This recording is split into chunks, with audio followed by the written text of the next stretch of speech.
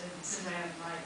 So, Mr. Gitai, you were saying that you haven't seen your own film for a couple of years, and that's why you were curious to watch it again and catching the last 15 minutes. What was that like, seeing that again? Oh, it's quite a good movie.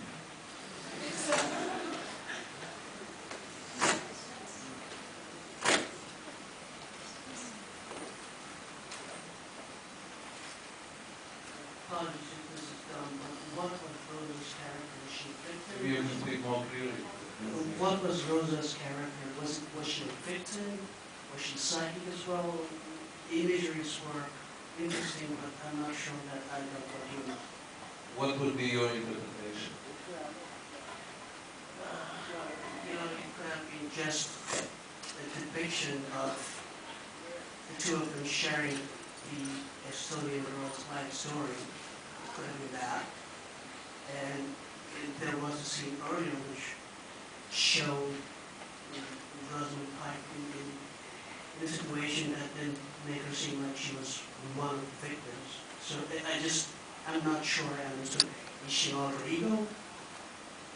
Yeah, I think that what you said is right. Also, for me, it's like us. So in the beginning, she's kind of voyeur. Like she looks at them, somebody kind of peeping in. And then she gets more and more involved, which I think is basically our position.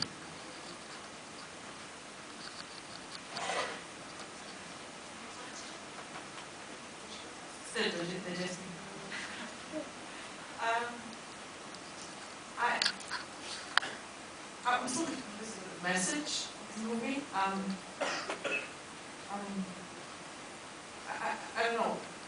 What do you want to tell the audience? What? She asked what is the message of the movie. What did you want to say to us? I think that cinema has done a lot of harm to the question of prostitution because it created an exotic image of prostitution. So we have the image of this lady with a leather mini skirt on a Mercedes with a glass of whiskey or something like that. But actually it's a kind of form of slavery. And I think that's what I wanted to say. But obviously, also in reference to the previous question, I think that at some point we may want to inject a lot of meanings to what we do in general, not just about this movie. And I think that this all ends when the film is over. And at some point, you are as a legitimate interpreter as I am. Because the film is there, and then it's your... And I like, anyway, to engage the audience in different films that I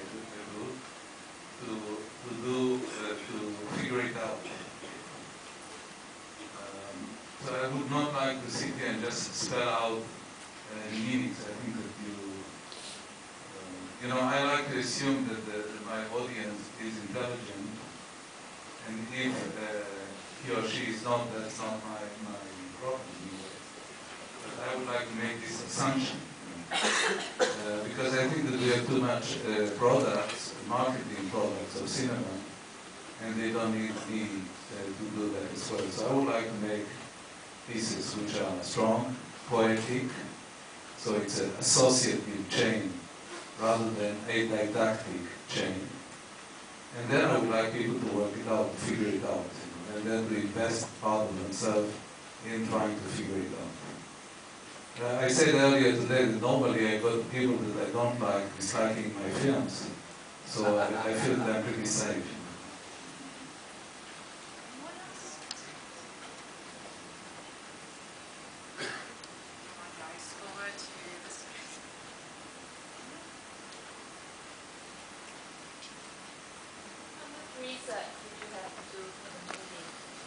A lot.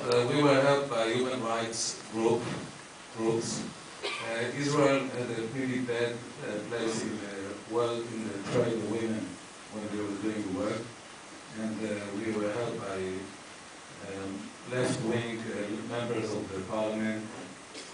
Zahava Galwan especially, she did a big job trying to pass legislation to protect migrant workers and women who were brought as part of trade of people. And we used a lot of Amnesty and this kind of groups research. And then obviously the big problem or the big job when we make a film is to translate this information, which is statistical, administrative information, into form, into shape, to try to imagine how you make the mise en scène, the directing. So I was very helped by a group of women. The director of photography is a woman, Caroline Champetier, who did a great job.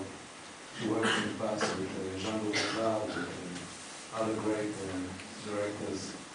Isabelle Ingold, the editor, Sally Fulgerman, the script, and many others. Marie-Josée Sancerre, who wrote with me the script. So I kept asking them to enhance the female part, which is in every male, and to make me more sensitive to it. And I think it was a great challenge from them. Speaking of your editor and your director of photography, it seems to me like this is the jumpiest, except with the possible exception of before, this is the jumpiest of your films. It looks like all kind of a lot of jumpy cuts, not to mention the story is great. Maybe you could say something about that? Yeah, I mean, it took a long time to figure out with Caroline Champetier how to shoot the film. When I was presented with the subject, obviously we have to decide if you want to make a documentary or a fiction. And I decided not to make a documentary because I did not want to subject. I think that in a documentary, the documentaries that I like, is a very rigid ethical code, because people that you film will go with your film, will live with your film. I did not want to subject women who work in prostitution to my movie. So I decided first of all not to do a documentary, to do a fiction. Then started a long work with this group of actresses. You were obviously extremely invested and were willing to go a long way with it. And with Caroline Champetier, we started to shoot it. The first week of shooting, I really didn't use, it's not in the film that you saw, because it was very smooth and very eloquent. And I felt that for this film, I wanted the camera to take the point of view of these women, which is that they are being taken like suitcases, like valises, from one place to another. It's a kind of a way of breaking the will, transporting them from one place to another. So we're working a long time with Caroline, and I actually didn't manage to convey to her what I wanted. And then on the fourth or the fifth day, I asked the art director to build a series of stalls, of chairs of different heights. And then I took the camera, basically. The entire film was shot on a very simple video camera. And I moved the camera from one chair to another in a very arbitrary manner, like posing from time to time. And I told Colin, essentially that's what I want the film to be shot like.